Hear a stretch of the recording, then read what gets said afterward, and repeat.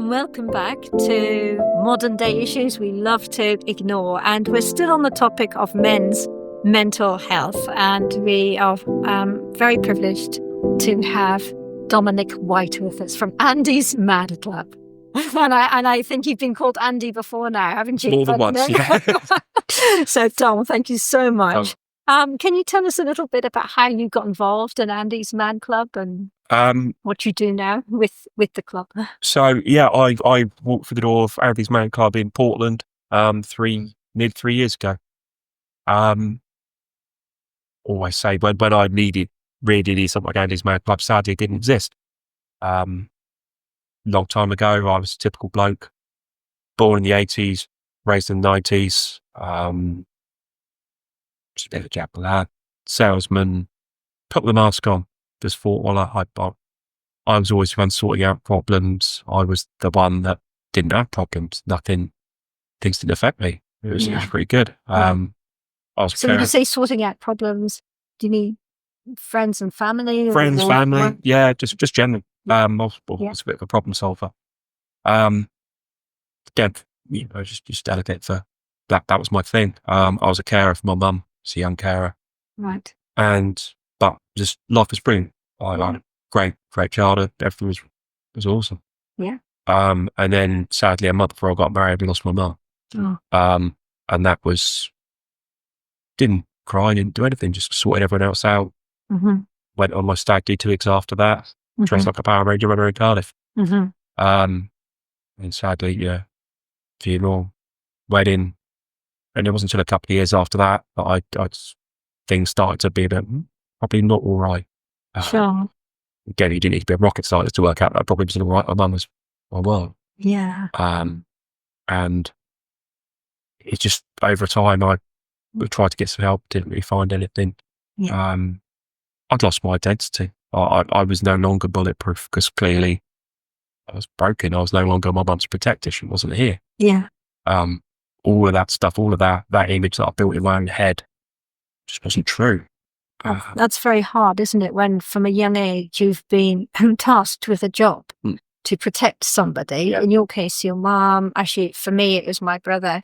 And then when they pass and you weren't able to do anything about it, it can go very deep in that, I don't know about you, but certainly for me, I felt like failed in the one task I was given in life, which was to protect and rescue my brother.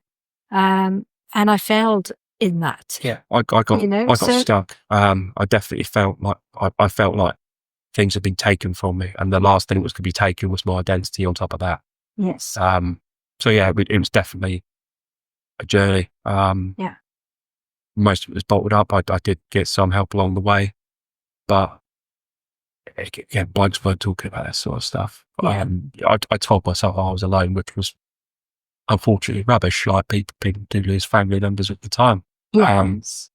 I was not unique in my situation, but I very much believe that I was.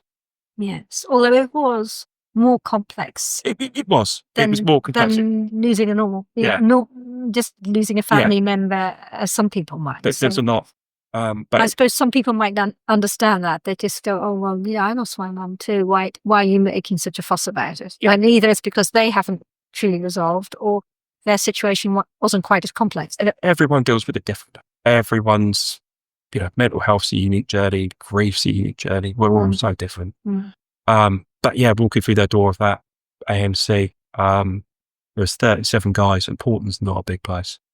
There was just guys from every walk of life, every demographic you could possibly imagine, just sat there just talking. And maybe just different things, nobody was playing trauma trumps saying, "Oh, my thing's bigger than your thing." Yeah. Just guys saying, "Oh, this is what's going on in my life." Yeah. And I just want to share that. And that was amazing for me. Wow. So yeah, I went as an attendee, joined as a facilitator. So I wanted to open up one in Bournemouth, which is where I'm from. Yeah. We opened up a few more clubs as well. And then, it just grew. And then a very good job came up for the charity, and now I work for the charity. But it's opening up, say, more doors and doing talks and engaging people just to get, hey guys, this is who we are, this is what we do, and say, come on. Gosh. And so when you were going through these sort of dark times, if you like, how was it for your wife, and particularly your children? She was, when she found out I was getting some help, she was grateful. It was, she knew me well enough, she knows me well enough to know that if I go quiet or I'm kind of just a little bit more grumpy, Yes. or a bit more shouty, etc. People tend to withdraw.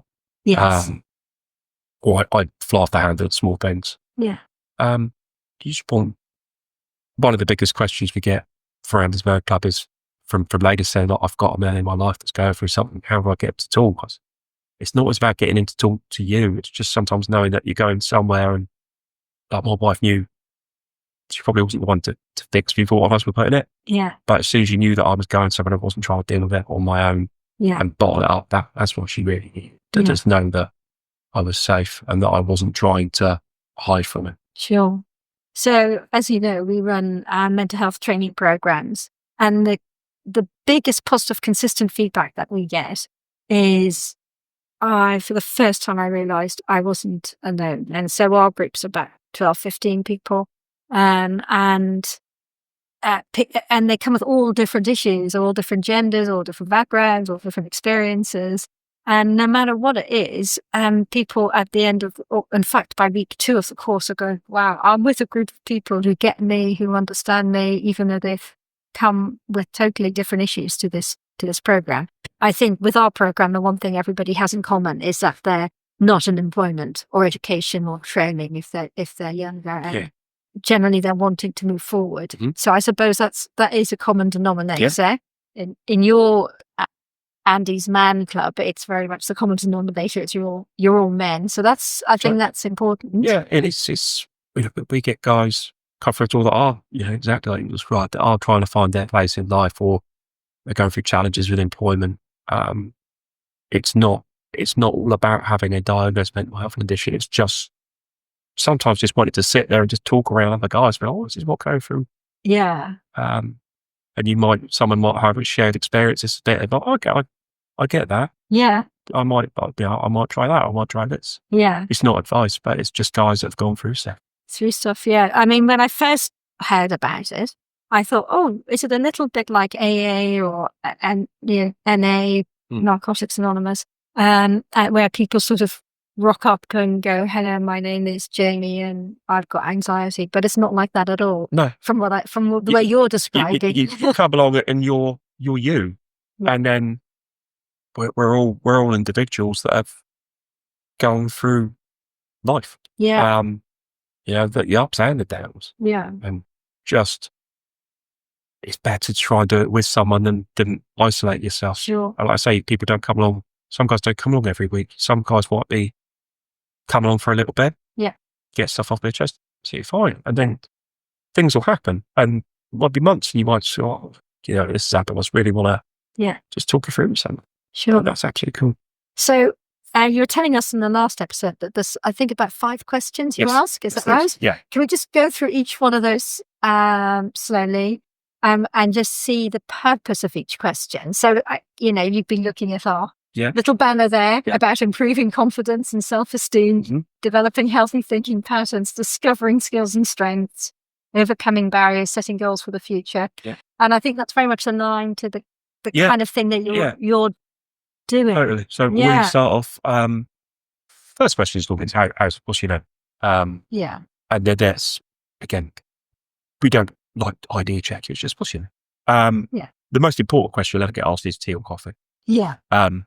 But besides that, it's so question 1. And that's fabulous, isn't it? Because it creates a safe environment. Yeah. And the tea and coffee, it just creates a safety where, hey, I'm in a place that's comfortable, that's social, I'm with friends. Yeah. I'm not coming into a therapeutic setting. No, they're not which often has its place, but this they do, but it doesn't feel like that. And if anyone's concerned by that, or if they feel, I'll go on to therapy, that's another level of letting their guard down. Yeah. With us, it's just kind of like, it would be like a community hall. Yeah. So it's a group of blokes sat there, tea and coffee. It's fabulous. And it's normalising just experience. And that's exactly what we do. Yeah, you know, we just get people there and we're just normalizing everyday issues and problems. You don't have to make a massive deal out of it. You don't necessarily need therapy for it. Yeah. But hey, we're all in this and we can support each other and let's all talk about it. That's amazing. That's so. Question 1 for us is how's your week been? Okay. Good, bad, everything's valid. Yeah. Question 2 is something positive from that week. And you do get some guys that go, there's nothing positive. Yes. It's like, but you're here, you're trying. Yeah. Like you could have easily just stayed at home and done nothing. And so do people eventually come up with something positive? Oh yeah. There's always something positive. It could be, it doesn't have to be like I've just booked, a week in Marbella or I've just bought an Lamborghini. Yeah. I woke up this morning, I just went outside, sat there for a little bit, had a coffee, and it was quiet. Yes. It could be anything. I mean, it sounds a bit cliche, but I heard the birds sing. Yeah. So I was able to get in the car and drive to work or whatever. I've said before on mine, like a TV show that I really like to come back on. Yeah. Love that TV show. But for me, that was a huge thing. For other guys, like, it's just about what's something positive for you. And I just love that, starting on the positive, because sometimes we can go straight into the negative and then in a way end up in a bit of a downward spiral. Yeah. And so starting with something positive is fabulous. So no matter how bad you feel, no matter how terrible life has gone for you, no matter how many awful things have happened in that week, whether you've been fired, had a car crash or whatever, it's so good to go, there was... You can focus, and that sets the tone, doesn't it? So you're there in a positive environment as much as possible. And you also know that everyone else is going through stuff, whether it's positive, negative. Everyone else is very much humanised. Yeah. And then we go for question 3, and that's the big part of any anti-mad club session. It's what do you want to get off your chest? Right. And let's say the first 2 questions are very much present. They're all about that week. Yeah. Question 3 has no time limit on it. It's not about what happened that week. It could be stuff that happened when you were a kid, stuff that your concerns or anything. There could be positive stuff you want to get off your chest. It's just real time to just talk with other guys about what's going on inside you. I love that. Stuff you want to get off your chest. So the control is very much in the hands of that person. It's not tell me about a difficult time when you were 7 years old or whatever. No, completely not. It's what's inside you that you're ready at this minute in time to tell other people about, that you need to get out there because you don't want to be carrying it around any longer. And like I said, we use that black phone talking ball. If you don't want to talk, you pass it to the next guy. No one's going to be like, what about this? What about that? That's fine. You talk when you want to talk. And so when men are getting things off their chest, are they getting back to their childhood, or are they talking more about what's happened in the last month? Anything and everything. We get getting stuff off your chest could be the car's broken down and this and that and that, or stuff that happened in their childhood, stuff that's happened within their home life, be it relationships, be it their children. Yeah. We get guys come through the door that have things have happened at home. Remember how Bunjab had been a miscarriage. Yeah. And he was keeping it together at home. So he was trying to keep it together for everyone else. I think he was really struggling with that. But he said, like, no, I really appreciate you coming here because I know I can come here and still be the pillar of strength back home. Yeah. I can get it off my chest here. Yeah. I used to work for an international human rights organization. And I traveled to some countries where they'd seen a lot of trauma. There was a community leader in Colombia I was talking to once. I went to West Bank, where the violence and the fear is horrific. I went to Iraq, and part of my job was to talk to the leaders, which are nearly always men. Mm-hmm. And the number of times they would either break down in tears or tell me I was the very first person that they'd spoken to about these really, really massive issues that had happened to them, that had happened to their family. And they because they're the ones being the pillar of strength in their community. They have nobody to talk to themselves. So it's almost like the stronger a man feels he needs to be, or he's perceived to be by others, or the more responsibility he's got, the more leadership position he's got, the harder it is to talk. Mental health doesn't discriminate. It doesn't. I've seen guys come along, but I've seen a guy turn up to an ANC and that's the mark. Yeah. Really good job, everything, all the stuff that people from the outside looking in will aspire to. Yeah. Stuff is going on for him. It doesn't change. Yeah. We're all people, we're all on a journey. Yeah. So third question. So what's the fourth question? So fourth question, questions 4 and 5 always change. Question 4 is something very thought-provoking. And we always say questions 4 and 5 are quite quick fire ones. Okay. So question 4 has been stuff like, what's your happy song? Or what's your go-to sport for your mental health? Yeah. Things that you do to make yourself, feel happy, improve your mood. Yeah. Just so that way, guys, things are something different. And also, you never know what you're going to pick up in the circle. Yeah. Like some kind of, do you know what, I go fishing. That's my happy space. It's quiet. Yeah. And, stick the rods out.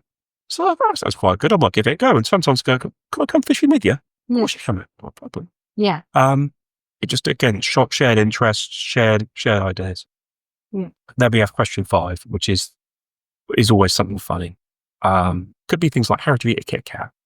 And if you stick, say, 10 guys in a circle ask you how you eat a Kit Kat, some guys will, I break it into fingers. Some guys eat it like chocolate bars. Some guys sort of eat the chocolate around the edge and then the biscuit in the middle. It's just there's different ideas and different ways of doing it. Like the best biscuit for dunking. Like it's a incredibly divisive subject. Yeah. But it's people bourbons, custard creams, digestives, etc. But that allows the guys to have a little bit of banter. It's a lot of camaraderie that goes on at home. Yeah. And just giving the guys a chance to walk out that door knowing they're going to have a laugh, or at least they're going to go out leaving that little bit light. They've got stuff off their chest. They bared their soul. Some of it's really big stuff. Yeah. But then they know that they could end it amongst people they feel like friends, that they could say, do you know what? I got some big stuff down with. I'm going to have a laugh about biscuits. Yeah. It's just something a bit silly that allows the guys to go out in a good space. Yeah, because I think sort of in our therapy-driven culture, we often forget what a brilliant medicine laughter is. Just laughing about really silly stuff. Okay. It's very healing, especially when it's with a group of people who you trust. And, like you said, you could be laughing about anything, cooking biscuits, but it's very healing. That is. It's just, life doesn't slow down. So it gives you the chance to go and have a laugh, and then you're back out to it. And that way you don't leave feeling heavy. Yeah. You feel like, right, okay, I went there last Monday. I got stuff off my chest. Yeah. I had a laugh. It was okay. Yeah. I just know you can go back to it. It's just mentally positively reinforcing you that I talked and I survived. This is great. Yeah. I absolutely love your approach, and you're going to be getting more involved with what we do. I understand, our workshops are coming in and kind of just telling people, our people who come on our programs about what you do. And I really hope that, the men take that up. Well, it'd been amazing. Did one the other day, and I always say, like, the format we use, we're not precious about it. If there are groups out there for women as well, and if you see some value in what we're doing and you want to start up your own thing, again, that's fine. Yeah. It's all about finding that safe space for all of us to go and just be us. Yeah. And can you tell me some stories, obviously not revealing names, but some stories of men you've seen come through that have really inspired you or touched you in some way? There's a guy that works for the charity now. He came through the door with alcohol issues. And he was in a pretty dark place. And now, he's gone through the journey himself. Hasn't drunk in 4 years, I believe. And works for the charity. Yeah. Out there getting other guys through the door. Yeah. The guys that think their marriage is a goner. That it's not going to work and they're not going to get it back. Yeah. And then all of a sudden, guys, we're trying, and next we booked a holiday together. Oh, fantastic. Yeah. You know, sometimes we get guys through our door that sadly their relationship's broken down and they haven't seen their children. And then when they see their kids, they come back that Monday. It's like they're like, so good.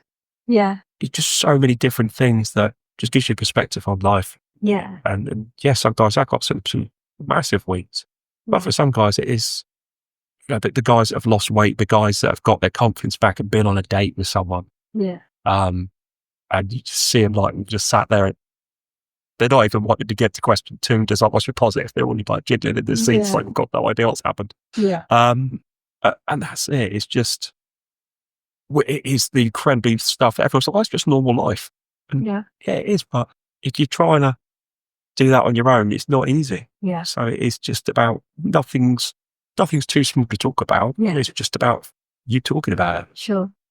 Yeah, and it's all because you're advocating and telling men it's okay to talk. You can, you know, the sky isn't going to fall in because you're talking about your problems. You could still be the manliest of men and whatever. So, you know, this is what's going on with me. No one's going to judge you. Yeah. You just you. Yeah. I think it's fabulous work you're doing. How can people help? How can they get involved? If you go on our website, it will show you all the clubs are. There's a club finder. We also do it online on a Monday night. So if you're not near a club or online's easier for you, drop by our website, drop us an email, we'll send you a secure link. We all do talk. So if anyone wants to come out, we'll come out and do a talk for your business or wherever. Yeah. And we're not funded by grants or anything like that. So people do charity, real donation led. So sometimes people will organise sort of sponsored events for us. Right. And anything like that, anything's greatly received because it allows us to keep going and get those guys through your door. Wow. Okay. And do you have any sponsored events coming up, like runs or marathons or what? There's always stuff. If you drop by our website, it'll give you a list of the events and everything's coming up. And so people can sign up to that if they want to. Totally. Yeah, raise money for you. There's always stuff going on. And if there's anything you feel you want to do, drop us an email. We'll work with people. We'll get involved. Yeah. What's the best email to contact you on? It's info@andysmanclub.co.uk. And that's Andy's Man Club, not Andy Man. Sorry. I'm going to say the wrong one because we don't want to confuse people, but Andy's Man Club, yeah. Perfect. Well, Dom, thank you so much. I've really, really enjoyed the 2 episodes you've done with us. I hope that all our listeners have as well. And all the very best with your work. Cheers. Thank you very much.